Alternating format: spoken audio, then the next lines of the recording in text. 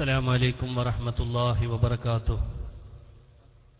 السلام عليكم ورحمة الله وبركاته. أعوذ بالله من الشيطان الرجيم. بسم الله الرحمن الرحيم. الحمد لله نحمده ونستعينه ونستهديه ونستغفره ونؤمن به ونتوكل عليه ونعوذ بالله من شرور أنفسنا ومن سيئات أعمالنا. من يهده الله فلا مضل له ومن يضلل فلا هادي له. وأشهد أن لا إله إلا الله وحده لا شريك له. وأشهد أن سيدنا محمدا عبده ورسوله أرسله بالهدى ودين الحق ليظهره على الدين كله ولو كره المشركون. اللهم صل على محمد وعلى آل محمد كما صليت على إبراهيم وعلى آل إبراهيم إنك حميد مجيد.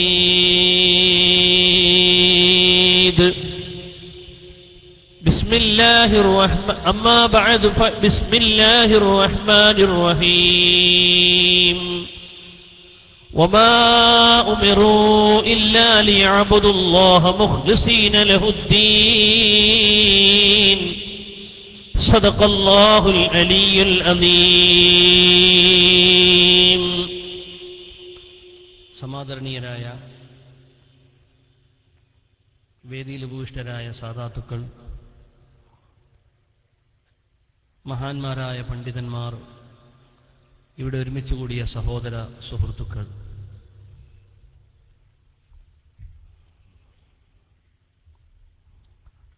നമ്മുടെ ഈ മഹത്തായ സമ്മേളനം ലോകത്തിൻ്റെ അഷ്ടദിക്കുകളിൽ നിന്ന് KCR-യിലൂടെ വീക്ഷിച്ചുകൊണ്ടിരിക്കുന്ന സുന്നത്ത് ജമാഅത്തിൻ്റെ ഏറ്റവും സ്നേഹം നിറഞ്ഞ പ്രവർത്തകർ, വളരെ അനിവാര്യമായ സാഹചര്യത്തിൽ സംഘടിപ്പിക്കപ്പെട്ട മുഖാമുഖമാണ് ഇനി നടക്കാൻ പോകുന്നത്. അതിനു മുമ്പ് വിഷയാവതരണം മഹാനായ എൻ്റെ വന്യ സുഹൃത്തും പണ്ഡിതനുമായ MT അബൂബക്കർ ദാരിമിയും ഞാനും കൂടി നമ്മൾ അഡ്ജസ്റ്റ്മെൻറ്റ് ചെയ്തത് പ്രകാരം ഒരു മണിക്കൂറോളം വിഷയാവതരണം, ഒരു 10-20 മിനിറ്റ് അദ്ദേഹം സംസാരിച്ചു. ബാക്കി ഇൻഷാ അല്ലാഹ് വളരെ പ്രധാനപ്പെട്ട ചില വിഷയങ്ങൾ നിങ്ങളുടെ ശ്രദ്ധയിൽപ്പെടുത്തി മുഖാമുഖത്തിലേക്ക് പ്രവേശിക്കുകയാണ്. അത് കാണാനും അത് ചോദിക്കാനും അറിയാനും, ചോദിക്കുന്ന ആളുകളുടെ അറിവിലൂടെ മറ്റുള്ള ആളുകൾക്ക്, അവർക്ക് നൽകപ്പെടുന്ന അറിവിലൂടെ മറ്റുള്ള ആളുകൾ അറിയാനും ആസ്വദിക്കാനുമാണ് ഈ ആയിരങ്ങൾ ഇവിടെ തിങ്ങി നിറഞ്ഞു നിൽക്കുന്നത്.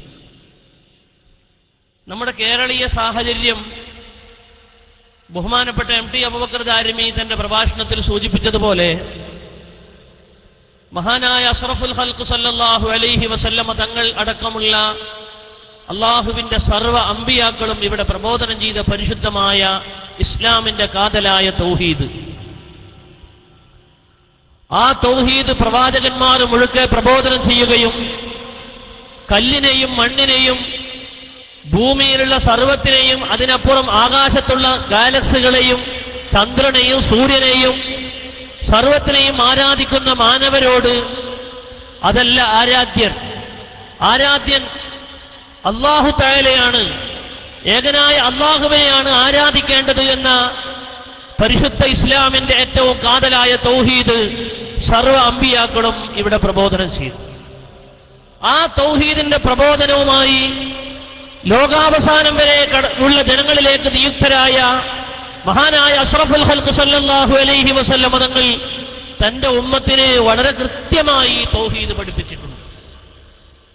നമ്മുടെ കേരളക്കരയിലും സ്വഹാബത്തിന്റെ കാലഘട്ടത്തിൽ തന്നെ അതെത്തുകയും പരിശുദ്ധ ഇസ്ലാമിന്റെ തൗഹീദ് ഉൾക്കൊള്ളുകയും കൂട്ടത്തോടെ ആളുകൾ തൗഹീദിലേക്ക്, ശിർക്കിൽ നിന്ന് തൗഹീദിലേക്ക് കടന്നു വരികയും ചെയ്ത സ്വഹാബികളിൽ നിന്നും താബീങ്ങളിൽ നിന്നും പണ്ഡിതരിൽ നിന്നും തൗഹീദ് സ്വീകരിച്ച മുവഹിദുകളായ മുസ്ലിമീങ്ങൾ ജീവിതത്തിന്റെ എല്ലാ ഭാഗങ്ങളിലും മുറുകെ പിടിച്ച ഒരാശയമായിരുന്നു. എല്ലാ സമയത്തും തൗഹീദിന്റെ മുദ്രാവാക്യങ്ങൾ, പരിശുദ്ധമായ കലിമത്ത് തൗഹീദ്, ലാ ഇലാഹ ഇല്ലല്ലാഹ്, തൗഹീദിന്റെ മുദ്രാവാക്യ വചനമായ, തൗഹീദിന്റെ പ്രഖ്യാപന വചനമായ ലാ ഇലാഹ ഇല്ലല്ലാഹ് എന്ന് പറയുന്ന ആ മഹത്തായ ദിക്റോടുകൂടി, ആ ആശയ സമ്പുഷ്ടമായ ആ വാചകത്തോടൊപ്പം ജീവിതത്തിന്റെ എല്ലാ മേഖലകളിലും നിലകൊണ്ടു. ഈ സമൂഹത്തിന്റെ ഇടയിലേക്ക് 1920കളിൽ നമ്മുടെ കേരളത്തിലേക്ക് സൗദിയിലെ ഹിജാസിലെ നജ്ദിൽ നിന്ന്, അഥവാ സൗദിയിലെ റിയാദിൽ നിന്ന് ഒരു പ്രസ്ഥാനം പൊട്ടിപ്പുറപ്പെടുകയും അത് പല ഭാഗങ്ങളിലായി ചെറിയ തോതിൽ പ്രചരിക്കുകയും ചെയ്തപ്പോൾ നമ്മുടെ കേരളത്തിലേക്കും അതെത്തി. അവർ ഇവിടെ കടന്നു വന്നുകൊണ്ട് പറഞ്ഞത്, നിലവിലുള്ള മുസ്ലിമീങ്ങളുടെ തൗഹീദ് ശരിയല്ല. കേരളക്കരയിലുള്ള മുസ്ലിമീങ്ങൾ മുസ്ലിമീങ്ങളല്ല, അവർ ഇസ്ലാം എന്ന് പുറത്താണ്, അവർ മുശ്രിക്കുകളാണ്. ഇവിടെയുള്ള തൗഹീദ് ശരിയല്ല എന്ന് പറഞ്ഞുകൊണ്ട് തൗഹീദ് പ്രസ്ഥാനം എന്ന് സ്വയം പരിചയപ്പെടുത്തിയ ഒരു പ്രസ്ഥാനം നമ്മുടെ കേരളത്തിലേക്ക് വന്നു. അവരാദ്യം നേരത്തെ സൂചിപ്പിച്ചതുപോലെ ജമിയത്തുൽ ഉലമ, കേരള ജമിയത്തുൽ ഉലമ എന്ന പേരിലും, അതിനു മുമ്പ് ഐക്യസംഘം എന്ന പേരിലും, ശേഷം 22ൽ കേരള ജമിയത്തുൽ ഉലമ എന്ന പേരിലും, പിന്നീട് 1950ൽ KNM എന്ന പേരിലും, കേരള നദ്വത്തുൽ മുജാഹിദീൻ എന്ന പേരിലും ഇവിടെ രംഗപ്രവേശം ചെയ്തു. അവരിവിടെ ഉയർത്തിപ്പിടിച്ച ഏറ്റവും പ്രധാനപ്പെട്ട ആശയം, നിലവിലുള്ള മുസ്ലിമീങ്ങൾ മുസ്ലിമീങ്ങളല്ല, അവർ മുശ്രിക്കുകളാണ്. അവർ അള്ളാഹുവിന് പുറമെ മുഹീദ്ദീൻ ശൈഖിനെ ആരാധിക്കുന്നവരാണ്, ബദരീങ്ങളെ ആരാധിക്കുന്നവരാണ്, മമ്പുറത്തങ്ങളെ ആരാധിക്കുന്നവരാണ്, അമ്പിയാക്കളെ ആരാധിക്കുന്നവരാണ്. ക്രിസ്ത്യാനിറ്റി യേശു ക്രിസ്തുവിനെ ആരാധിക്കുന്നത് പോലെ, അതുപോലെ മറ്റു മതസ്ഥരായ ആളുകൾ ബഹുദൈവങ്ങളെ ആരാധിക്കുന്നത് പോലെ നമ്മുടെ കേരളത്തിലുള്ള മുസ്ലിമീങ്ങൾ അവർ അള്ളാഹുവിന് പുറമെ മറ്റു പല വസ്തുക്കളെയും ആരാധിക്കുന്നവരാണ്, അഥവാ ഇസ്ലാം എന്ന് പുറത്താണ്, മുശ്രിക്കുകളാണ് എന്ന പച്ചയായ ഭാഷ്യത്തോടു കൂടിയാണ് ഈ പ്രസ്ഥാനം ഇവിടത്തേക്ക് കടന്നു വന്നത്.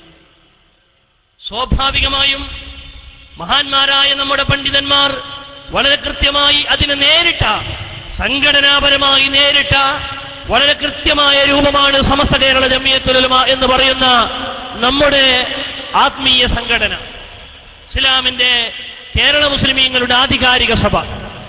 എന്താണ് ഇവർ പറയുന്നത് എന്നും അതിന്റെ അബദ്ധങ്ങൾ ഓരോന്നുമായി സമൂഹത്തിന് മുമ്പിൽ വിവരിച്ചപ്പോൾ വളരെ ശക്തിയോടെ വന്ന പ്രഭാഷകരും എഴുത്തുകാരാലും നിറഞ്ഞു നിന്ന പ്രസ്ഥാനം സമൂഹത്തിൽ ചെറിയൊരു പ്രസ്ഥാനമായി ഒതുങ്ങി നിന്നു. 5% പോലും സമൂഹത്തിൽ അവർക്ക് വേരൂന്നാൻ കഴിഞ്ഞിട്ടില്ല. അവരുടെ എഴുത്തിന്, അവരുടെ പ്രഭാഷണത്തിന് അത്ര ശക്തിയുണ്ടെങ്കിലും ആലിമീങ്ങളുടെ, വറഇന്റെ പണ്ഡിതന്മാരുടെ മുമ്പിൽ, സൂക്ഷ്മതയുള്ള മഹാന്മാരായ ആലിമീങ്ങളുടെ പ്രതിരോധത്തിന് മുമ്പിൽ അവർ ഒതുങ്ങിപ്പോയി. അതുകൊണ്ടാണ് ഈ പ്രസ്ഥാനങ്ങളൊക്കെ ഇത്ര വീറോടെ വന്നിട്ടും അവർ ഒതുങ്ങി നിന്നത്. ആക്കോടിനെ പോലുള്ള ചില പ്രദേശങ്ങളിൽ കുറച്ച് ആളുകളുണ്ട് എന്നതൊഴിച്ചാൽ ബഹുഭൂരിഭാഗം മുസ്ലിം മഹല്ലുകളിലും അവർക്ക് പ്രാതിനിധ്യം പോലും, മെമ്പർമാർ പോലും ഇല്ലാത്ത, ഒരു മെമ്പർ പോലും ഇല്ലാത്ത മഹല്ലുകളാണ് കേരളത്തിൽ ബഹുഭൂരിഭാഗവും. എന്നാൽ അവർ 4 ആള് വേണ്ട, അതിൽ പകുതി മതി. 400 ആളുകളെ വർക്കത്തിൽ വാൾപോസ്റ്റ് വിപ്ലവം, അതുപോലെ കള്ളത്തര വിപ്ലവങ്ങൾ എല്ലാ സ്ഥലത്തും നടത്തിക്കൊണ്ടിരിക്കും. ആ വിപ്ലവത്തിന്റെ ഒരു ഭാഗമാണ് മംഗലാപുരത്തെ സംവാദ വിപ്ലവം. മംഗലാപുരത്ത് ഞങ്ങൾ ജയിച്ചു വന്നു. എന്റെ സഹോദരങ്ങളെ, ഒരാളും പറയാത്ത, ആരാലും പറയാൻ ധൈര്യപ്പെടാത്ത ഒരു പച്ചക്കള്ളമാണ് ആക്കോട് വന്ന് ഈ സാധുക്കൾ പറയുന്നത് എന്നല്ലാതെ അതിനോട് എന്ത് മറുപടി പറയാനാണ്? മംഗലാപുരത്ത് സംവാദത്തിന് വഴിവെച്ചത് തന്നെ നസുറുദ്ദീൻ റഹ്മാനി എന്ന് പറയുന്ന ഒരു മുജാഹിദിലെ എന്തൊക്കെയോ കണ്ട് മുജാഹിദിൽ രംഗപ്രവേശം ചെയ്ത ഒരാളുടെ പ്രസംഗമാണ്. ആ പ്രസംഗത്തിന് മറുപടി പറഞ്ഞു, മറുപടിക്ക് മറുപടി പറഞ്ഞു, സംവാദത്തിന് വെല്ലുവിളിച്ചു.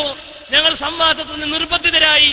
അങ്ങനെ മംഗലാപുരത്ത് ടൗണിൽ ഒരു സംവാദം നടന്നു. ആ സംവാദത്തിൽ എന്റെ വന്യ സുഹൃത്ത് MT അബൂബക്കർ ദാരിമി പറഞ്ഞതുപോലെ 10 ഊഴത്തിൽ ചോദ്യം ചോദിക്കാനുള്ള 10 ചാൻസിൽ 2 ചാൻസ് ചോദ്യം ചോദിച്ചിട്ട് തന്നെയില്ല ഫൈസൽ മൗലവി. അത് ലാപ്സായി കളഞ്ഞു. ബാക്കി 8 അവസരത്തിലാണ് ചോദിച്ചത്. അതിലെ ചോദ്യത്തിന്റെ ഒരു കഥയായി പറഞ്ഞത്. ഞങ്ങളോട് ചോദിച്ചു, ഇഹ്ദിനസ് സിറാത്തൽ മുസ്തഖീം എന്ന് മുഹ്യിദ്ദീൻ ശൈഖിനോട് ചോദിക്കാൻ പറ്റുമോ? കൃത്യമായും എന്താണ് ആ ചോദ്യത്തിന്റെ ഉദ്ദേശം? മുഹ്യിദ്ദീൻ ശൈഖേ, സന്മാർഗം കാണിച്ചു തരണേ എന്ന അർത്ഥത്തിലാണെങ്കിൽ അല്ലാഹു തആലാന്റെ ദീനിന്റെ സന്മാർഗം കാണിച്ചു കൊടുക്കാനാണല്ലോ മുഹ്യിദ്ദീൻ ശൈഖ് ഇവിടെ നിയോഗിതരായത്, അവിടുത്തെ ജീവിതം വിനിയോഗിച്ചത്. അതുകൊണ്ടാണല്ലോ മുഹ്യിദ്ദീൻ ദീനൽ ഹയാത്താക്കി വരുന്ന നാമകരണം ലഭിച്ചത്. ആ അർത്ഥത്തിൽ ചോദിക്കാം, ഹിദായത്ത് പടക്കുന്നവൻ അല്ലാഹുവാണ്, അതുകൊണ്ട് ആ അർത്ഥത്തിൽ അല്ലാഹുവിനോടെ ചോദിച്ചോളൂ എന്ന് പറഞ്ഞപ്പോൾ അതിനെന്താ മറുപടി പറഞ്ഞത്? അതിന് മറുപടി നല്ല ചിരിച്ചു. പുതിയ വെളിപ്പെടുത്തൽ. എന്നിട്ട് MT അബൂബക്കർ ദാരിമിന്റെ പോസ്റ്റർ വെച്ച് പല സ്ഥലത്തും ഇഹ്ദിനസ് സിറാത്തൽ മുസ്തഖീം എന്ന് മുഹ്യിദ്ദീൻ ശൈഖിനോട് ചോദിക്കാമെന്ന് വെളിപ്പെടുത്തൽ, പുതിയ മറുപടി. അദ്ദേഹത്തെ എന്തൊക്കെയോ ആക്കി ചിത്രീകരിക്കാൻ. ഞങ്ങൾ പറയുന്നു, ആ മറുപടിയിൽ എന്തെങ്കിലും പ്രമാണങ്ങൾ കൊണ്ട് നിങ്ങൾ മറുപടി പറയല്ലേ വേണ്ടത്? പുറത്തുപോയി പോസ്റ്റർ ഒട്ടിക്കുക വേണ്ടത്? ഞങ്ങൾ 10 ഊഴത്തിൽ 5 ചോദ്യം, ഓരോ ഈ 2 ഊഴം ഉപയോഗപ്പെടുത്തി ഓരോ ചോദ്യം ആവർത്തിച്ച് ചോദിച്ചു. ഒരു ചോദ്യത്തിന് പോലും മറുപടി പറഞ്ഞില്ല എന്ന് മാത്രമല്ല, ഞങ്ങളുടെ 5 ചോദ്യം കുറിക്കൊണ്ടതുകൊണ്ട് ജിന്ന് വിഭാഗക്കാരായ ജിന്നൂരികളായ ആളുകൾ ആ ചോദ്യം ഒന്നിനു പോലും മറുപടി പറയാൻ സാധിച്ചിട്ടില്ല എന്നതുകൊണ്ടാണ് ആ സംവാദത്തിന് കളമൊരുക്കിയ അതിന്റെ കാരണക്കാരനായ റഹ്മാനി ഇന്ന് തങ്ങളോടൊപ്പം ഇല്ലാത്തത്. അവരോടൊപ്പം ഇല്ല. ഇവരെ കൂടെ നിന്നാ നടക്കൂല എന്ന് കരുതി അടുത്ത ഗ്രൂപ്പിലേക്ക് ചേക്കേറി. ഞങ്ങൾ പറയുന്ന റഹ്മാനി അടങ്ങുന്ന ഗ്രൂപ്പ് ഞങ്ങളുടെ മുമ്പിൽ ഒരു സംവാദത്തിന് വന്നാൽ റഹ്മാനി ഞങ്ങളുടെ ചോദ്യങ്ങൾ ഉൾക്കൊള്ളുകയാണെങ്കിൽ ആ ഗ്രൂപ്പ് നിന്ന് മാറും. അവസാനം അല്ലാഹു ഹിദായത്ത് കൊടുത്തിട്ടുണ്ടെങ്കിൽ സുന്നത്ത് ജമാഅത്തിലേക്ക് വരും. ഹക്ക് അവരുടെ ഭാഗത്തിലില്ല എന്ന് റഹ്മാനി തിരിച്ചറിഞ്ഞിട്ടുണ്ട്. അപ്പോ മംഗലാപുര സംവാദം ജയിച്ചു എന്നതിന്റെ ഏറ്റവും വലിയ തെളിവ് അതാണ്. റഹ്മാനി ഗ്രൂപ്പ് വിട്ടത് വേറെ പറയേണ്ടതില്ല, തെളിവും ക്ലിപ്പൊന്നും അതിന് കാണിക്കേണ്ടതില്ല. ക്ലിപ്പുകളൊക്കെ എന്റെ കയ്യിലുണ്ട്. ഞാൻ ഈ സമയത്തിനെ, ഈ പുരുഷാരം ഒരുമിച്ച് കൂടി ഈ സമയം, വളരെ പ്രധാനപ്പെട്ട ഈ സമയം ക്ലിപ്പിങ്ങിന്റെ വർധനവിലേക്ക് ഉപയോഗപ്പെടുത്താതെ ചില കാര്യങ്ങൾ പറയാൻ വേണ്ടി ഞാൻ അതൊക്കെ മാറ്റിവെക്കുകയാണ്. രണ്ടാമത്, കേരളക്കരയിൽ കടന്നു വന്ന ഈ പ്രസ്ഥാനം, 1922 വന്ന ഈ പ്രസ്ഥാനം തൗഹീദുമായി കടന്നു വന്നു. അവര് ഇസ്ലാമിന്റെ തൗഹീദിനെ വികൃതമാക്കുകയും പുതിയ ഒരു തൗഹീദ് അവതരിപ്പിക്കുകയും ചെയ്തു. ആ തൗഹീദുമായി, തൗഹീദിന്റെ പ്രസ്ഥാനമെന്ന് സ്വയം പരിചയപ്പെടുത്തിയ ആ പ്രസ്ഥാനം ഏതാണ്ട് 2000 ആകുമ്പോഴേക്ക്, ഒരു 19 കൊല്ലം പിന്നിടുമ്പോഴേക്ക് അവർക്ക് മനസ്സിലായി ഈ തൗഹീദിൽ അബദ്ധങ്ങളുണ്ടെന്ന്. ഈ തൗഹീദിന്റെ പേരിൽ അവരെന്തൊക്കെയാ ചോദ്യം ചെയ്തെന്നറിയോ?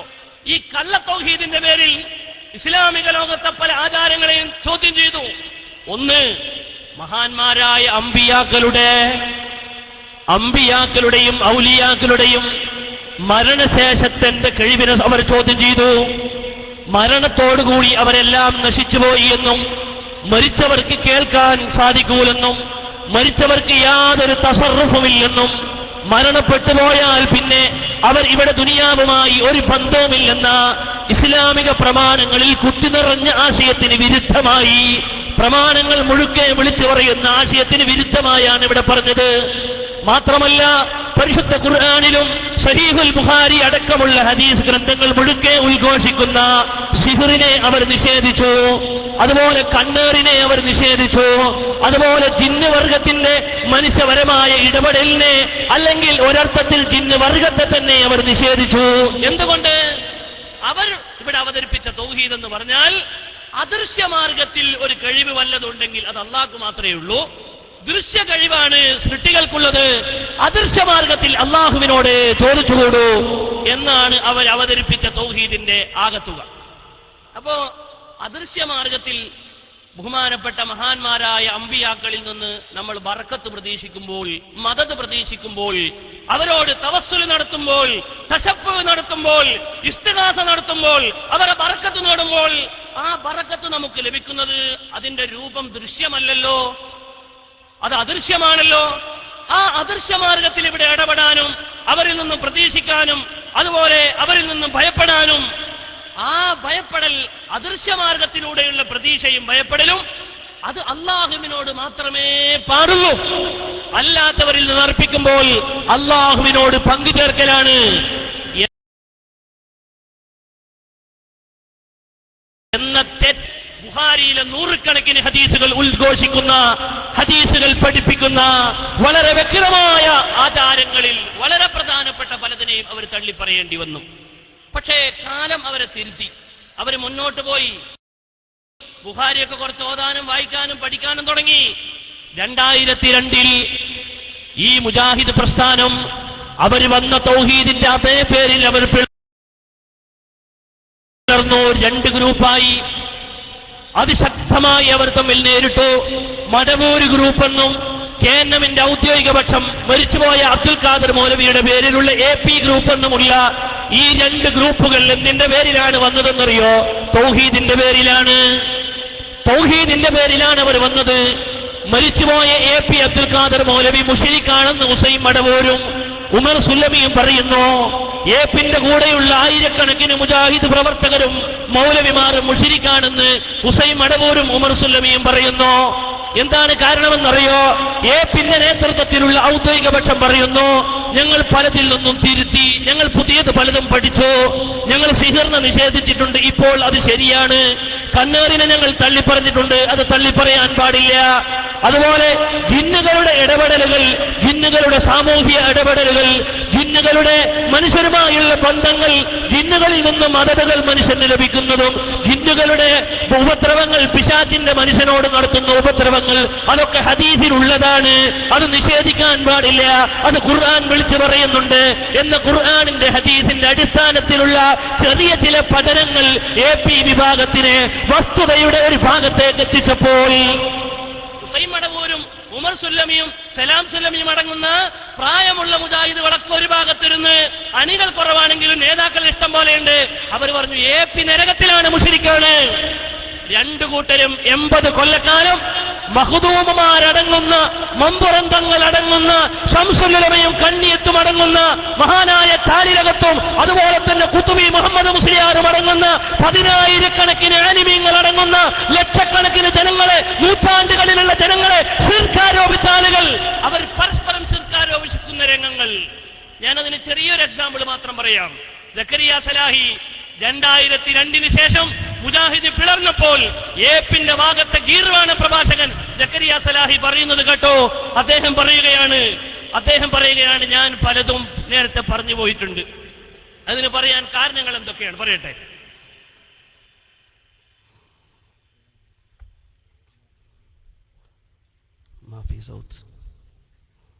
ഞാൻ പ്രസംഗിച്ചതാണ് ഈ സുല്ലമിയുടെ 2 ഓഡിയോ CD വെക്കുന്നുണ്ട്. ഓഡിയോ കാസ്റ്റോട് CD കിട്ടിയിട്ടില്ല.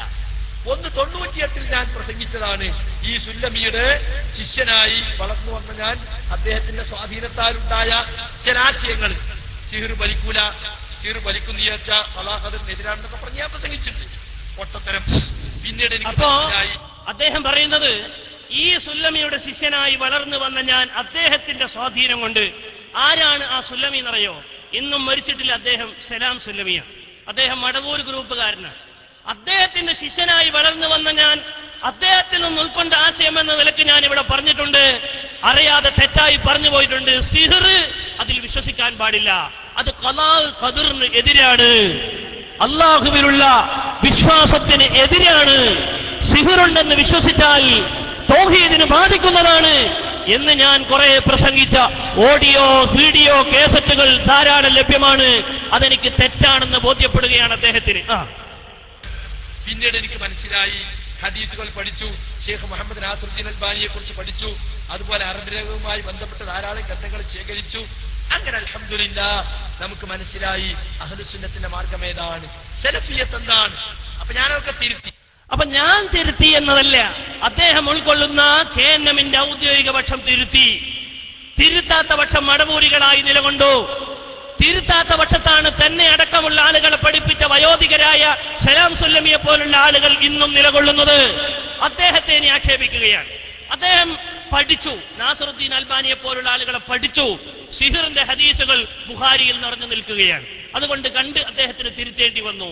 അപ്പൊ ഈ മൗലവിയോ എന്താണ്? സലാം മൗലവി ഈ ഹദീസ് കാണാത്തത് കൊണ്ടാണോ?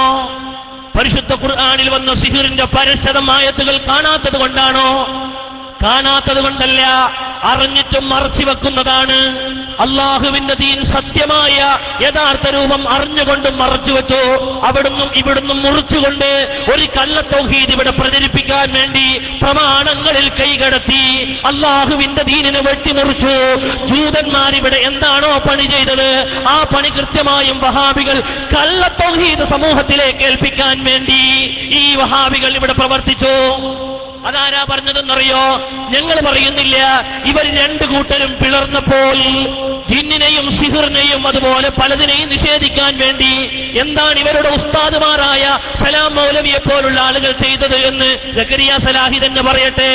സഹീഹുൽ ബുഖാരി ഉണ്ടല്ലോ, അള്ളാഹുവിന്റെ ഖുർആനിന് ശേഷം ഏറ്റവും വലിയ ഗ്രന്ഥമായ സഹീഹുൽ ബുഖാരി. ആ സഹീഹുൽ ബുഖാരിയിലെ പല ഹദീസുകളും അവർ വ്യഭിചരിക്കുകയും അത് മുറിച്ചു മാറ്റുകയും മാത്രമല്ല അതിനെ ലഈഫാക്കുകയും അതിനെ തള്ളുകയും അതിനെ സമൂഹത്തിന്റെ മുമ്പിൽ മോശമാണെന്ന് അവതരിപ്പിക്കാൻ പോലും വളരെ പച്ചയായ നിലയിൽ സലാം സുല്ലമി ശ്രമിച്ചു എന്ന് തന്റെ ശിഷ്യനായി വളർന്നു വന്ന സക്കരിയ സലാഹി തന്നെ ഔദ്യോഗിക വിഭാഗത്തിന്റെ ചിഹ്വയായ പ്രവാചകനായിരുന്ന അദ്ദേഹം പറയട്ടെ. കാരണം അവരൊക്കെ പഴയ പണ്ഡിതന്മാരിൽ നിന്ന് സഹീഹുൽ ബുഖാരിയുടെ മഹത്വം മനസ്സിലാക്കിയവരാണ്. സഹീഹുൽ ബുഖാരിയുടെ ഹദീസുകളെ തള്ളുമ്പോ മുൻഗാമികൾ തള്ളിയിട്ടുണ്ടോ എന്ന് ആലോചിക്കുവാൻ പോലും ഈ സുല്ലമി മെനക്കെടുന്നില്ല. ഏതാ സുല്ലമി? സക്കരിയ സലാഹി എന്ന സുല്ലമി, സോറി അബ്ദുസലാം സുല്ലമി എന്ന തന്റെ ഗുരു. പറയട്ടെ, അയാളെ തള്ളാൻ പ്രേരിപ്പിച്ച ഘടകം എന്താണ്? സലാം സുല്ലമിനെ ഹദീസ്, ബുഖാരിയിലെ ഹദീസ് തള്ളാൻ പ്രേരിപ്പിച്ച ഘടകം അയാളെ ബുദ്ധിക്ക് യോജിക്കാത്തതാണെന്ന് അദ്ദേഹം പറയട്ടെ. അല്ലാത്തൊക്കെ തള്ളുക. ഇയാളെ ബുദ്ധിക്ക് ഇന്ന് യോജിച്ചത് നാളെ യോജിച്ചോളണമെന്നില്ല, നാളെ യോജിച്ചത് മറ്റന്നാൾ യോജിച്ചോളണമെന്നില്ല. അങ്ങനെ മാറിക്കൊണ്ടിരിക്കുകയാണ്. അങ്ങനെ പ്രമാണങ്ങളെ പുച്ഛിക്കുന്ന ഈ പ്രവണത സുഹൃത്തുക്കളെ കേരളം മുഴുവനും പ്രചരിപ്പിക്കുവാനാണ് ഇവർ ശ്രമിക്കുന്നത്. അപ്പോ ബഹുമാനപ്പെട്ട സഹോദരങ്ങൾ മനസ്സിലാക്കണം, അള്ളാഹുവിന്റെ ദീനിൽ അമ്പിയാക്കൾ മുഴുവനും പ്രബോധനം ചെയ്ത പരിശുദ്ധമായ തൗഹീദിനെ അത് കടത്തിക്കേട്ടി അതിനെ വെട്ടിമുറിച്ച് ഇവിടെയുള്ള ഈ മുവഹിദുകളായ മുസ്ലിമീങ്ങളെ മുശ്രിക്കാക്കാൻ വേണ്ടി ഉപയോഗിച്ച തന്ത്രത്തിന്റെ രഹസ്യങ്ങളാ പുറത്തു വന്നത്.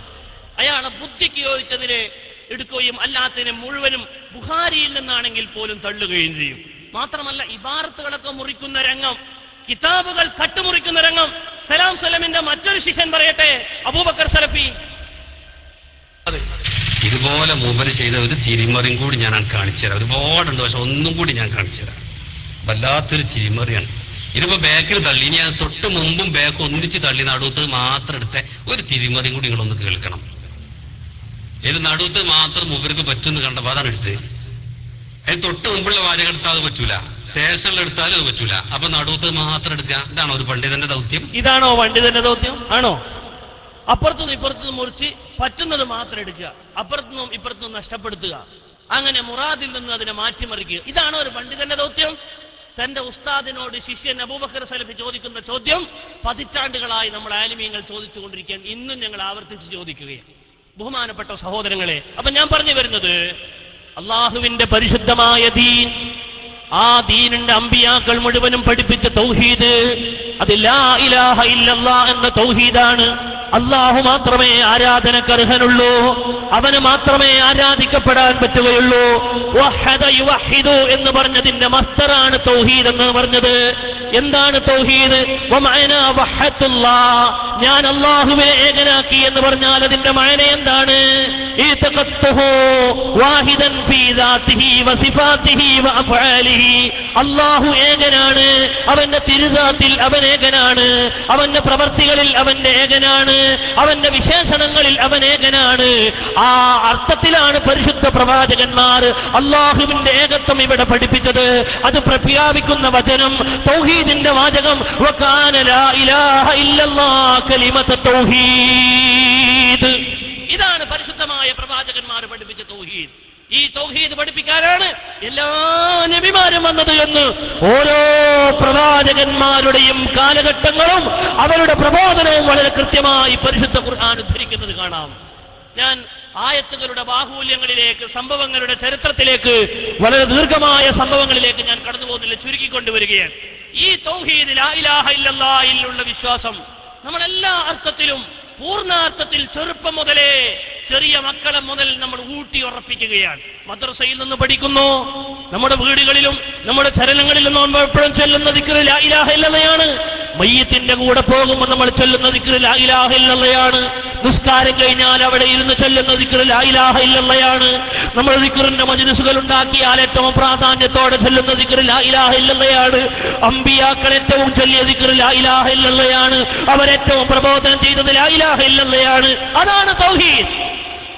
ആ തൗഹീദ് അല്ലാത്ത പുതിയ തൗഹീദ്, നമുക്കാർക്കും പരിചയമില്ലാത്ത, അമ്പിയാക്കളൊന്നും പരിചയപ്പെടുത്താത്ത ആ തൗഹീദാണ് 2002 രണ്ടായി പിളർന്നത്. അപ്പൊ ഔദ്യോഗികമായ ഗ്രൂപ്പും മറ്റേ ഗ്രൂപ്പും തമ്മിൽ തൗഹീദിന്റെ പേരിൽ അടികയാണ്. തീർന്നില്ല. 2002 തുടങ്ങിയെങ്കിൽ 2007 ആകുമ്പോഴത്തേക്ക് വീണ്ടും ഇവർ പിളർന്നു. എന്താ കാരണം എന്നറിയോ? ജബ്ബാർ മൗലവി എന്ന് പറയുന്ന ഔദ്യോഗിക ഗ്രൂപ്പിൽ വളരെ പ്രധാനപ്പെട്ട ഒരാൾ, അയാൾ തൗഹീദിനെ പറ്റി പഠിച്ചു. ജിന്ന്, സിഹിർ പോലുള്ള പുതിയ കാര്യങ്ങൾ കണ്ടെത്തിയപ്പോൾ ജിന്നിനെ പറ്റിയുള്ള സർവ്വ വിജ്ഞാനങ്ങളും ഉപയോഗപ്പെടുത്തി, കഴിവുകളും ഉപയോഗപ്പെടുത്തിയുള്ള അവരുടെ ഗവേഷണം അവരെ എവിടെ എത്തിച്ചു എന്നറിയോ? അവരെ ചിന്തിപ്പിച്ചു, ഈ ജിന്ന് മറഞ്ഞ മാർഗത്തിൽ നമ്മൾ കാണാത്ത നമ്മുടെ ചുറ്റുഭാഗത്തൊക്കെ ഉണ്ടാകുന്ന ഈ ജിന്നിന്റെ സഹായം നമുക്കും ഉപയോഗപ്പെടുത്തിക്കൂടെ? ജിന്നിനോട് നമുക്കൊന്ന് സഹായം തേടിക്കൂടെ? ജിന്നിനെ കൊണ്ട് പല കാര്യങ്ങളും നമുക്ക് നേടിയെടുത്തുകൂടെ എന്നായി ചിന്ത. ഈ ചിന്ത ഒടുവിൽ ആദ്യമായി പ്രകടിച്ചു വന്നത് ജബ്ബാർ മൗലവിയുടെ ഒരു ലേഖനത്തിലൂടെയാണ്. അബ്ദുൽ ഹമീദ് ഫൈസിക്ക് മറുപടി പറയാൻ വേണ്ടി, അഭിവന്ദനായ അബ്ദുൽ ഹമീദ് ഫൈസി ഉയർത്തിയ ഒരു ചോദ്യത്തിന് മറുപടി പറയാൻ വേണ്ടി ഇസ്ലാഹ് മാസികയിലൂടെ തുനിഞ്ഞ ജബ്ബാർ മൗലവി പച്ചയിൽ തുറന്നെഴുതി, മറഞ്ഞ മാർഗത്തിൽ സഹായിക്കുമെന്ന പ്രതീക്ഷയോടെ ജിന്നുകളോട് ഒരാൾ സഹായം തേടിയാൽ, മലക്കുകളോട് ഒരാൾ സഹായം തേടിയാൽ ആ സഹായം തേടൽ കൊണ്ട് ശിർക്കാകൂല, അതിൽ ശിർക്കില്ല. നിങ്ങൾ ആലോചിച്ച് നോക്കൂ. അതിന്റെ കൂടെ ഒരു വരിയും കൂടി, ഒരു വാക്കും കൂടി കൂട്ടിച്ചേർത്ത് കൊടുത്താൽ നമ്മളും നിങ്ങളും തമ്മിലുള്ള പ്രശ്നം തീർന്നു. ഒരു മേശക്കിരിക്കാൻ പറ്റുന്ന പ്രശ്നമേ ഉള്ളൂ. എന്താണത്? ഒരു വാക്കേന് ചേർക്കണ്ടോ? മറഞ്ഞ മാർഗത്തിലൂടെ നമ്മളെ സഹായിക്കാൻ കഴിയുന്ന ജിന്നുകളോട്, മലക്കുകളോട്, ഔലിയാക്കളോട് എന്ന് പറഞ്ഞാൽ തീർന്നു. അവരോട് സഹായം തേടൽ ശിർക്കല്ല. അപ്പൊ ഈ കാലം അത്രയും നിങ്ങൾ പറഞ്ഞല്ലോ, അദൃശ്യമാർഗത്തിലൂടെ സഹായം തേടിയാൽ ശിർക്കാകുമെന്ന്. അദൃശ്യം എന്ന് പറഞ്ഞാൽ ദൃശ്യമല്ലാത്തത് എന്നല്ലേ? ജിന്നുകൾ ദൃശ്യമല്ലല്ലോ, മലക്കുകൾ ദൃശ്യമല്ലല്ലോ. അപ്പോൾ നിങ്ങളുടെ തൗഹീദ് പൊളിഞ്ഞല്ലോ. ഈ ചർച്ച ഔദ്യോഗിക ഗ്രൂപ്പിന്റെ ഇടയിൽ 2007 മുതൽ 2012 വരെ അവരുടെ ഉള്ളിലുള്ള വലിയ പ്രശ്നങ്ങളായി മാറുകയും ആ പ്രശ്നത്തിന് അവസാനമായി 2012 മുജാഹിദ് വീണ്ടും പൊട്ടി. ഔദ്യോഗിക KNM വീണ്ടും പൊട്ടി. എങ്ങനെ പൊട്ടിയെന്നറിയോ? സക്കരിയ സലാഹി അടങ്ങുന്ന മുജാഹിദിൽ ഏറ്റവും പ്രധാനപ്പെട്ട പ്രഭാഷകർ മുഴുവനും മുശ്രിക്കാക്കപ്പെടുകയും അവരെ പുറത്താക്കുകയും ചെയ്തു. സക്കരിയ സലാഹി മുശ്രിക്കാണ് എന്നും സക്കരിയ സലാഹി മുശ്രിക്കാണെന്നും, സക്കരിയ സലാഹിനെ പോലുള്ള ജബ്ബാർ മൗലവിയെ പോലുള്ള മലക്കുകളോടും ജിന്നുകളോടും അവർ അദൃശ്യമാർഗത്തിലാണെങ്കിലും അവരെ നമ്മുടെ സഹായത്തിന് ഉപയോഗപ്പെടുത്തിയാൽ, അവരോട് സഹായം തേടിയാൽ, മലക്കയെ സഹായിക്കണേ എന്ന് ചോദിച്ചാൽ അതുകൊണ്ട് യാതൊരു ശിർക്കും വരാനില്ല എന്ന് പറഞ്ഞ ഒരൊറ്റ കാരണം കൊണ്ട് അവരെ മുജാഹിദിൽ നിന്ന് പുറത്താക്കി. അവര് മുശ്രിക്കായി എന്ന് പറഞ്ഞുകൊണ്ടാണ് പുറത്താക്കിയത്. അപ്പൊ നിങ്ങൾ ആലോചിച്ച് നോക്കൂ, മുജാഹിദ് വീണ്ടും പിളരുകയാണ്. എന്തിനാ പിളരുന്നത്? ഇതേ തൗഹീദിൽ. അപ്പൊ നിങ്ങൾക്ക് ഇനി സമൂഹത്തോട് തൗഹീദ് പറയാൻ അവകാശമുണ്ടോ? ഇവിടെ ഈ എടവണ്ണപ്പാറയിലും മുജാഹിദുകൾ വന്ന് പ്രസംഗിക്കുന്നുണ്ട്. പിന്നെ നബിദിനത്തിന്റെ സമയം അള്ളാഹുവിന്റെ റസൂലിനെ എങ്ങനെയൊക്കെ കൊച്ചാക്കാൻ കഴിയുമോ, സമൂഹം പ്രവാചകനെ എങ്ങനെ വാഴ്ത്തുന്നു അതൊക്കെ എങ്ങനെയൊക്കെ ഇല്ലാതാക്കാൻ കഴിയുമോ എന്ന പദ്ധതികൾ ഇങ്ങനെ ആവിഷ്കരിച്ചുകൊണ്ടിരിക്കുന്ന, അതിനുവേണ്ടി പ്രഭാഷണങ്ങളും ലേഖനങ്ങളും എഴുതിക്കൊണ്ടിരിക്കുന്ന മുജാഹിദുകൾ ഇപ്പൊ തൗഹീദ് എന്ന വാക്ക് വരെ പറയാൻ ഭയപ്പെടുകയാണ്. തൗഹീദ് എന്ന വാക്ക് വരെ പറയാൻ ഭയപ്പെടുകയാണ്. എന്റെ പ്രിയപ്പെട്ട സഹോദരങ്ങൾ ആലോചിക്കണം. സക്കരിയ സലാഹി വേദനയോടെ പറയാൻ 30 കൊല്ലത്തെ ഇസ്ലാഹി മുജാഹിദി പ്രവർത്തകനാണ് ഞാൻ, എന്നെ പുറത്താക്കിയത് മുശ്രിക്കാണെന്ന് പറഞ്ഞിട്ടാണെന്ന് വേദനയോടെ മഞ്ചേരിയിൽ നടത്തിയ വിലാപം, ആ വിലാപം കേരളത്തിന്റെ ഒരറ്റം മുതൽ മറ്റേ അറ്റം വരെ അദ്ദേഹം വിലപിച്ചു നടന്നു. എന്നെ പുറത്താക്കി, എന്നെ മുശ്രിക്കാക്കി പുറത്താക്കി, എനിക്ക് സഹിക്കാൻ കഴിയുന്നില്ല എന്ന് പറയട്ടെ അദ്ദേഹം. നിങ്ങൾ ആലോചിച്ച് നോക്കൂ, ഇപ്പൊ എന്താ ഉണ്ടായത്? എന്നെ പുറത്താക്കിയത് എനിക്ക് പ്രശ്നമില്ല, ഞാൻ പുറത്തു നിൽക്കാൻ റെഡിയാണ്. പക്ഷേ ശിർക്ക് ആരോപിച്ച് പുറത്താക്കി, അതാണ് സഹിക്കാൻ കഴിയാത്ത കാര്യം. കഴിഞ്ഞ 30 കൊല്ലമായി ഈ പ്രബോധന രംഗത്ത് ഇടതടവില്ലാതെ നിൽക്കുന്ന ഖണ്ഡന പ്രസംഗങ്ങളും വാദപ്രതിവാദങ്ങളും ലേഖനങ്ങളും ഒക്കെയായി പുസ്തകങ്ങളുമായി എന്നാൽ കഴിയുന്ന തൗഹീദി രംഗത്തെ സേവനങ്ങളൊക്കെ ചെയ്യുന്ന എന്നെ ശിർക്കാരോപിച്ച് പുറത്താക്കി എന്ന് പറഞ്ഞാൽ സക്കരിയ സലാഹി മുശ്രിക്കാണെന്ന് പറഞ്ഞു. സക്കരിയ സലാഹി മുശ്രിക്കാണെന്ന് പറഞ്ഞ് കറിവേപ്പില പുറത്തിടും പോലെ പുറത്തിട്ടു എന്ന് അദ്ദേഹം പറഞ്ഞത്. കറിവേപ്പില പുറത്തിട്ടതുപോലെ എന്നെ പുറത്തിട്ടു, ചരിത്രത്തിലില്ലാത്ത വിധം എന്നെ കറിവേപ്പിലെ പുറത്തിടും പോലെ പുറത്തിട്ടു, എന്നെ മുശ്രിക്കാക്കി പുറത്തിട്ടു എന്ന് 30 കൊല്ലത്തെ വള്ളി ട്രൗസർ ഇട്ട കാലം മുതൽ മുജാഹിദിന്റെ വാൾ പോസ്റ്റ് ഒട്ടിച്ച് നടന്ന, നോട്ടീസ് ഒട്ടിച്ച് നടന്ന, വാദപ്രതിവാദം നടത്തി നടന്ന ഗീർവാണ പ്രവാചകന്റെ ദയനീയാവസ്ഥ. അദ്ദേഹം അവസാനം മുശ്രിക്കായി. അതുകൊണ്ട് എന്റെ സംസാരം ശ്രവിക്കുന്ന എന്റെ പ്രിയപ്പെട്ട സഹോദരങ്ങളെ, മുജാഹിദുകളുടെ അവസ്ഥ ഇനിയും തൗഹീദിൽ വിപ്ലവമാണ്. തൗഹീദ് ഇനിയും പൊട്ടിക്കൊണ്ടിരിക്കുകയാണ്, തീർന്നിട്ടില്ല. സക്കരിയ സലാഹിയും അവരും തമ്മിൽ ഒരു അഡ്ജസ്റ്റ്മെന്റിന് സംസാരിച്ചാൽ സക്കരിയ സലാഹി പറയുന്നു, എന്നെ നിങ്ങൾ KNM-ന്റെ പ്രസിഡന്റ് ആക്കുമെന്ന് പറഞ്ഞാൽ, KJU-ന്റെ പ്രസിഡന്റ് ആക്കുമെന്ന് പറഞ്ഞാൽ പോലും ഒരു അഡ്ജസ്റ്റ്മെന്റിനും ഞാൻ തയ്യാറല്ല. കാരണം എന്തുകൊണ്ട്? നിങ്ങൾ എന്നോട് ചോദിക്കാൻ പോകുന്ന അഡ്ജസ്റ്റ്മെന്റ് ഇന്നതായിരിക്കും. ഏതാണത്? അള്ളാഹുവിന്റെ ആ മഹാന്മാരായ അടിമകളോട്, അള്ളാഹുവിന്റെ ബഹുമാനപ്പെട്ട മലക്കുകളോട്, അള്ളാഹുവിന്റെ ബഹുമാന്യരായ സാലിഹികളായ ജിന്നുകളോട്, അവരോട് സഹായം തേടിയ മഹാരഥന്മാരുണ്ട്. ഇമാം അഹ്മദ് ബിൻ ഹംബൽ റളിയല്ലാഹു അൻഹു ഹജ്ജിന് പോകുന്ന സമയത്ത് വഴിതെറ്റിപ്പോയപ്പോൾ ആരാരും സഹായിക്കാനില്ലാത്ത മരുഭൂമിയിൽ വെച്ച് ഇമാം അഹ്മദ് ബിൻ ഹംബൽ വിളിച്ചു പറഞ്ഞത് വളരെ ചരിത്ര പ്രസിദ്ധമായി ഹദീസിന്റെ ഗ്രന്ഥങ്ങളിൽ കാണാം. യാ ഇബാദല്ലാഹി അഈനൂനി, അല്ലാഹുവിന്റെ മഹാന്മാരെ എന്നെ സഹായിക്കണേ, എന്നെ രക്ഷപ്പെടുത്തണേ. ദുല്ലൂനി അലത്തരീഖ്, എനിക്ക് വഴി കാണിച്ചു തരണേ എന്ന് ഇമാം അഹ്മദ് ബിൻ ഹംബൽ തങ്ങൾ പറഞ്ഞത് മഹാനായ ഇമാം ഇബ്നു കസീർ തന്റെ അൽ ബിദായത്ത് വൻ നിഹായയിൽ വരെ ഉദ്ധരിക്കുകയും വളരെ പ്രസിദ്ധപ്പെട്ട സംഭവമാണെന്ന് രേഖപ്പെടുത്തുകയും ചെയ്യുമ്പോൾ, പരസ്യതം ഇമാമിയങ്ങൾ ഇങ്ങനെ ചെയ്യാറുണ്ട്. അവർ ഇസ്തിഗാസകൾ നടത്താറുണ്ട്, അവർ മഹാന്മാരോട് സഹായം തേടാറുണ്ട്, അവർ ജിബ്രീലിന്റെ സഹായം തേടാറുണ്ട്, അവർ മലായികത്തിന്റെ സഹായം തേടാറുണ്ട്, അവർ സ്വാലിഹികളായ ജിന്നുകളുടെ മദതുകൾ തേടാറുണ്ട്, അവർ ഔലിയാക്കളുടെ മദതുകൾ തേടാറുണ്ട്, അവർ അമ്പിയാക്കളുടെ മദതുകൾ തേടാറുണ്ട്. അത് പ്രസിദ്ധമാണല്ലോ.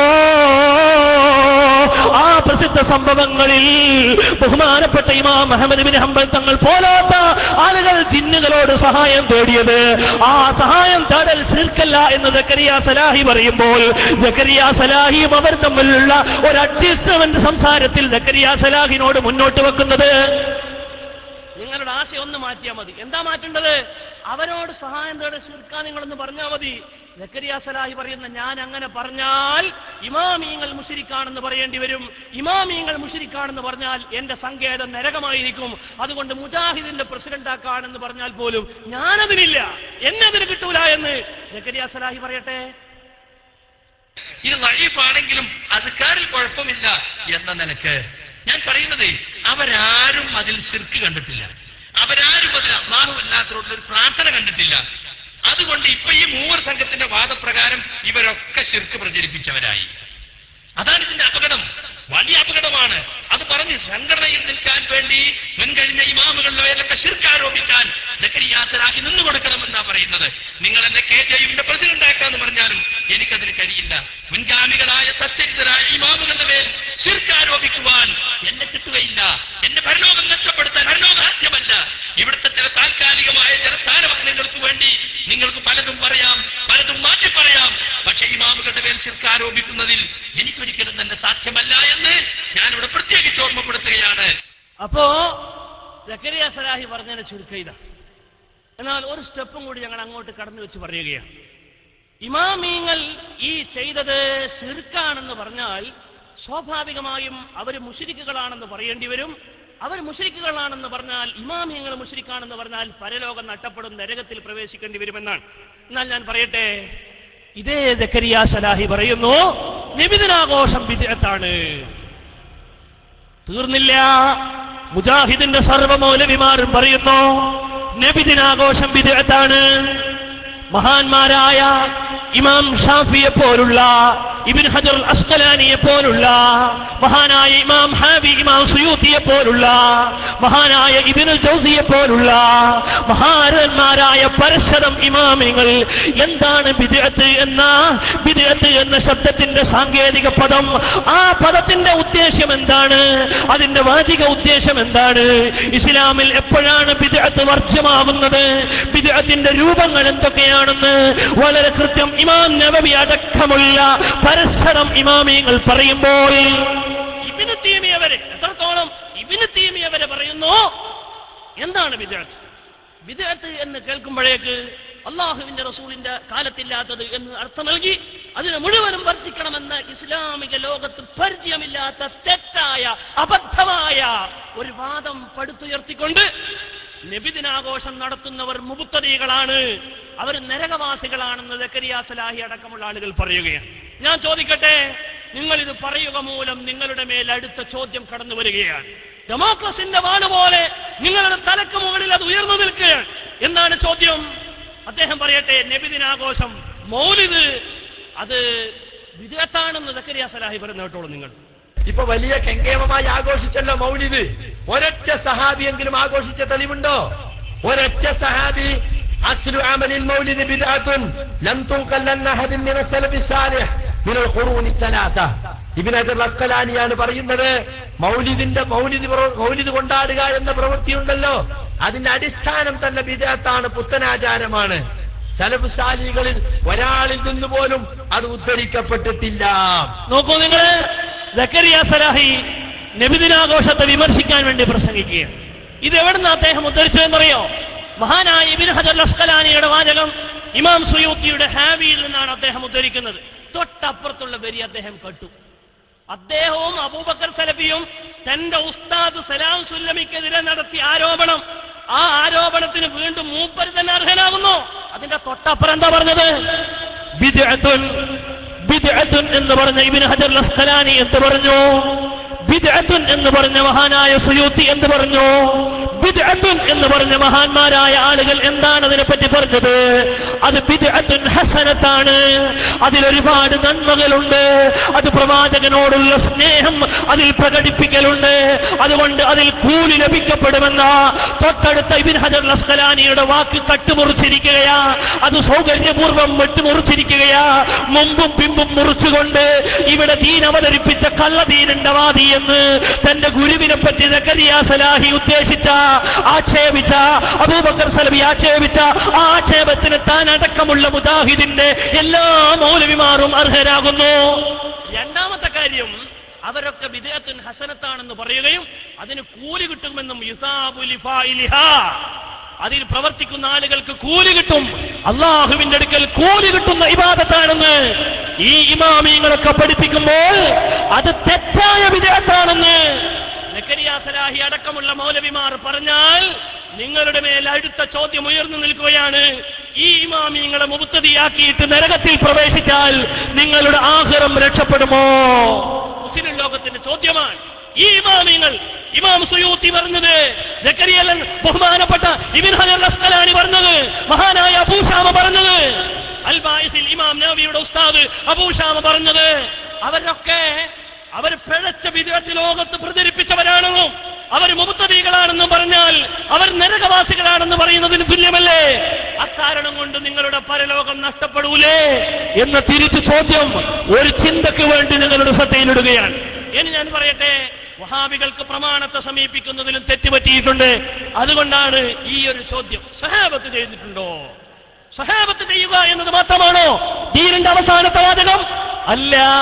ഇസ്ലാമിന്റെ പ്രമാണം പരിശോധിക്കുന്നതിൽ എങ്ങനെയാണ് പ്രമാണം, എങ്ങനെയാണ് ഒരു വിഷയത്തിന്റെ മതവിധി കണ്ടെത്തേണ്ടത്, അതിന്റെ പ്രമാണ രൂപങ്ങൾ എന്തൊക്കെയാണ് എന്ന് സമീപിക്കുന്നതിൽ വഹാബികൾക്ക് വലിയ അബദ്ധം പറ്റിയിട്ടുണ്ട്. തൗഹീദിൽ അബദ്ധം പറ്റിയതുപോലെ, ശിർക്കിൽ അബദ്ധം പറ്റിയതുപോലെ, സുന്നത്തിന്റെയും ബിദ്അത്തിന്റെയും മഅന മനസ്സിലാക്കുന്നതിൽ അബദ്ധം പറ്റിയതുപോലെ, പ്രവാചകന്റെ കാലത്തില്ലാത്തത് മുഴുവനും ബിദ്അത്താണ്, വർജ്യമാണ്, തള്ളപ്പെടേണ്ടതാണെന്ന പൊട്ടവാദം അവതരിപ്പിക്കുക മൂലം ഇമാം ഷാഫിയെ അവർ കുറ്റക്കാരനാക്കുകയാണ്, ഇമാം അബൂ ഹനീഫയെ കുറ്റക്കാരൻ പകരക്കാരനാക്കുകയാണ്. പോരാ, മഹാനായ ഉമർ ഇബ്നുൽ ഖത്താബ് റളിയല്ലാഹു അൻഹു അടക്കമുള്ള ലക്ഷക്കണക്കിന് സ്വഹാബത്തിന്റെ നേതൃത്വത്തിൽ മദീന പള്ളിയിൽ നടത്തിയ തറാവീഹ് ജമാഅത്തിനെ കുറിച്ചുള്ള നിഅമത്തുൽ ബിദ്അത്തു ഹാദിഹി എന്ന പ്രയോഗം മഹാനായ ഉസ്മാൻ ബിൻ അഫ്ഫാൻ, മഹാനായ സിദ്ദീഖുൽ അക്ബറിന്റെ കാലത്തുള്ള ജമ്മുൽ ഖുർആൻ, ഖുർആൻ മുസഹഫാക്കി ക്രോഡീകരിച്ചതടക്കമുള്ള ഉസ്മാൻ ബിൻ അഫ്ഫാൻ തങ്ങളുടെ കാലത്തുള്ള ജുമുഅന്റെ രണ്ടാം പങ്ക് അടക്കമുള്ള സ്വഹാബത്തിന്റെയും കാലത്തിനു ശേഷം താബീങ്ങളുടെ കാലഘട്ടത്തിലുള്ള ഹദീസ് ക്രോഡീകരണം അടക്കമുള്ള ആയിരക്കണക്കിന് ഇസ്ലാമിന്റെ ഇമാമുകൾ സ്ഥാപിച്ച കാര്യങ്ങൾ മുഴുവനും ഈ പറഞ്ഞ ദുർന്യായം പറഞ്ഞ് തള്ളേണ്ടി വരൂലേ? അവരുടെ ഇസ്ലാം നേരെ പകുതിയായി പോകൂലേ? എന്താണ് ഇവർ പറയുന്നത്? ഇസ്ലാമിക പ്രമാണം സമീപിക്കേണ്ട രൂപം അങ്ങനെയല്ല. അള്ളാഹുവിന്റെ ഖുർആൻ പറയുന്നു, അത്തീഉല്ലാഹ് വഅത്തീഉർ റസൂൽ വഉലിൽ അംരി മിൻകും ഫഇൻ തനാസഅതും ഫീ ശൈഇൻ ഫറുദ്ദൂഹു ഇലല്ലാഹി വഇലാ റസൂലിഹി. സൂറത്തുൻ നിസായിലൂടെ അള്ളാഹു പഠിപ്പിക്കുകയാണ്, ഖുർആൻ പ്രമാണമാണ്. വഅത്തീഉല്ലാഹ വഅത്തീഉർ റസൂൽ സുന്നത്ത് പ്രമാണമാണ്. വഉലിൽ അംരി മിൻകും ഇജ്മാ പ്രമാണമാണ്. ഖുർആനിലുണ്ടോ സുന്നത്തിലുണ്ടോ എന്ന് മാത്രം ചോദിച്ചു നടക്കുകയല്ല. ഇജ്മാ ഇസ്ലാമിന്റെ വളരെ പ്രധാനപ്പെട്ട പ്രമാണമാണ്. ഇനി ഖുർആനിലും ഹദീസിലും ഇജ്മാഇലും കാണാത്തൊരു വിഷയം വന്നാൽ ഫഇൻ തനാസഅതും ഫീ ശൈഇൻ ഫറുദ്ദൂഹു ഇലല്ലാഹി വഇലാ റസൂലിഹി, ഖുർആനിലേക്കും സുന്നത്തിലേക്കും നിങ്ങൾ താരതമ്യം ചെയ്യണം. അതിലേക്ക് മടക്കണമെന്ന് പറഞ്ഞാൽ അതിനോട് താരതമ്യം ചെയ്യണം, അഥവാ നിങ്ങൾ ഖിയാസാക്കണമെന്ന് പരിശുദ്ധ ഇസ്ലാമിന്റെ അള്ളാഹുവിന്റെ ഖുർആൻ ഉദ്ഘോഷിക്കുമ്പോൾ ഇസ്ലാമിന്റെ നാലാമത്തെ പ്രമാണമാണ് ഖിയാസ് എന്ന പ്രമാണം. ഈ ഖിയാസിലൂടെ ആയിരക്കണക്കിന് മസലകൾ പരിശുദ്ധ ദീനിൽ സ്ഥിരപ്പെടുത്തിയിട്ടുണ്ട്. എമ്പാടും നമ്മുടെ ഗ്രന്ഥങ്ങളിൽ കാണാം. എന്നാൽ ഈ ഖിയാസാക്കുന്ന മസലകൾ മുഴുവനും വഹാബികൾക്ക് തള്ളേണ്ടി വരും. ഖുർആനും സുന്നത്തും മാത്രമായി ഞങ്ങൾ സ്വീകരിക്കൂ എന്ന് പറഞ്ഞാൽ അപ്പൊ വഹാബികളുടെ ദീൻ പകുതി ദീനാകും, മുറുദീൻ.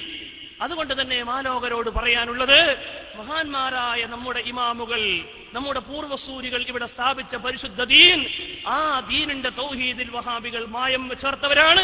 സുന്നത്തിന്റെയും വിജയത്തിന്റെയും മയന ഇമാമുകൾ പറഞ്ഞതും വ്യാഖ്യാനിച്ചതിനും വിരുദ്ധമായ കള്ളാർത്ഥമാണ് ഇവിടെ നൽകിയത്. ഇസ്ലാമിന്റെ പ്രമാണങ്ങൾ എന്തൊക്കെയാണെന്ന് ഇവർക്ക് കൃത്യമായി അറിയില്ല. ഇങ്ങനെയുള്ള അടിസ്ഥാനപരമായ തെറ്റിൽ നിന്നാണ് വഹാബിസം ഉണ്ടായിട്ടുള്ളത്. ഈ തെറ്റിന്റെ ചുവട്ടിൽ ഒരുപാട് ചെറിയ ചെറിയ തെറ്റുകളുമായി വഹാബി പ്രസ്ഥാനം രൂപീകൃതമാകുന്നു.